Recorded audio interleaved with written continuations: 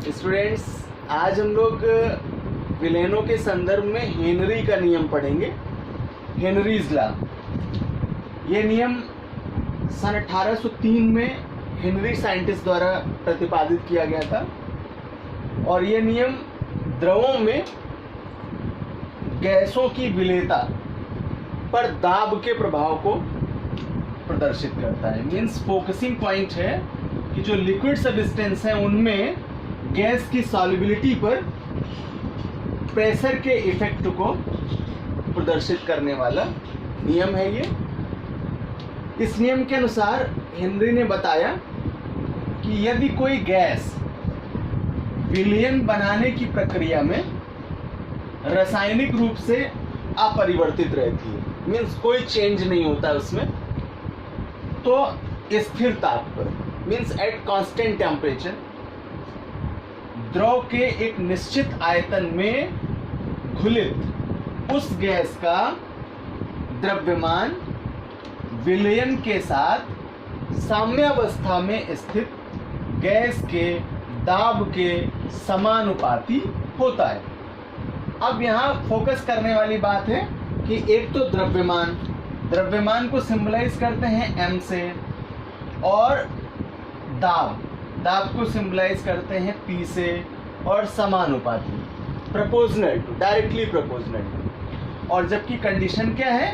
At equilibrium means साम्यावस्था पर। तो साम्यावस्था पर उस गैस सब्सटेंस का जो द्रव्यमान है, मॉस है, वो उस गैस के प्रेशर के डायरेक्टली प्रोपोर्शनल होता है, मीन्स समानुपाती होता है। तो फार्मूला क्या हुआ? m equals to m proportional to P at equilibrium.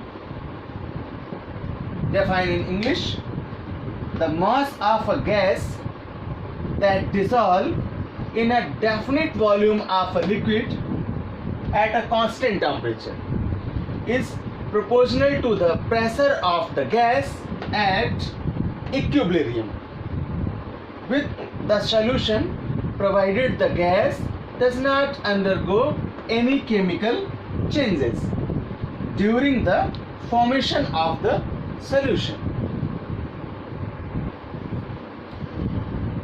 Now suppose that is at constant temperature and equilibrium pressure पर किसी लिक्विड के दिए गए वॉल्यूम में m ग्राम गैस घुली है, तो according to Henry's law m proportional to P और m equals to Kp।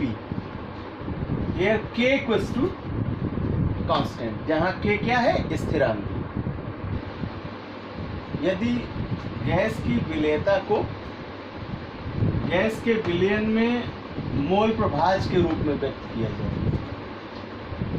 Mole fraction के रूप में व्यक्त किया जाए, तो हेनरी के नियम को इस रूप में भी लिखा जा सकता है: विलयन में गैस का मोल फ्रैक्शन वाष्प प्रावस्था में गैस के पार्शियल प्रेशर के समानुपाती होता है। यदि गैस का विलयन में मोल फ्रैक्शन x हो तथा वाष्प प्रावस्था में पार्शियल प्रेशर P हो, तो according to Henry's law represent करेंगे P equals to KH into x। यहाँ KH को हेनरी कांस्टेंट कहते हैं। Now we discuss the limitations of Henry's law. Henry के नियम की सीमाओं के बारे में बात करें। सबसे पहले, यह नियम केवल आइडियल गैसेस के लिए फॉलो करता है। What are ideal gases? आदर्श गैसें क्या हैं? तो हम लोगों ने गैसियस लॉ में इसको क्लियर किया था कि वे गैसें जो बायल्स और चार्ल्स के नियमों का पूर्णतया पालन करती हैं, आइडियल गैसेस कहलाती हैं। तो यह नियम, हेनरी का नियम, आइडियल गैसेस के लिए मान्य होता है। नंबर 2, ये नियम उन गैसों पर लागू होता है जो सॉल्वेंट से कोई भी केमिकल रिएक्ट नहीं करती। मीन्स जो विलायक पदार्थ है उससे किसी प्रकार की कोई रासायनिक अभिक्रिया नहीं देती। देन थर्ड पॉइंट,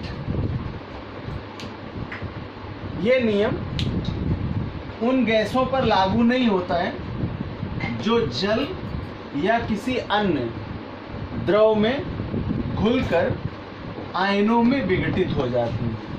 मतलब ये नियम उन गैसों पर लागू नहीं होता है जो किसी सॉल्वेंट में डिजॉल्व होकर के आयनाइज्ड हो जाएं।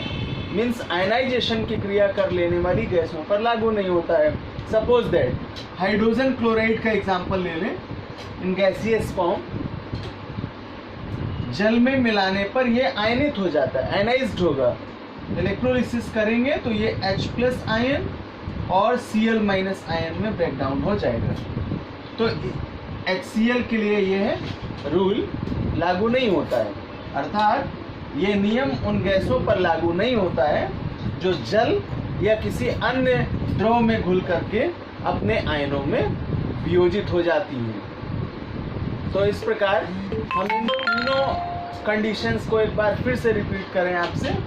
First, this rule is followed the ideal gas conditions, यानी यह नियम केवल आइडियल गैसों के लिए ही मान्य है। सेकंड, उन गैसों पर लागू होता है जो विलायक से कोई भी केमिकल रिएक्ट नहीं करते हैं। एंड थर्ड, यह नियम उन गैसों पर लागू नहीं होता है जो लिक्विड या जल में घुल करके अपने आयनों में वियोजित हो जाते हैं।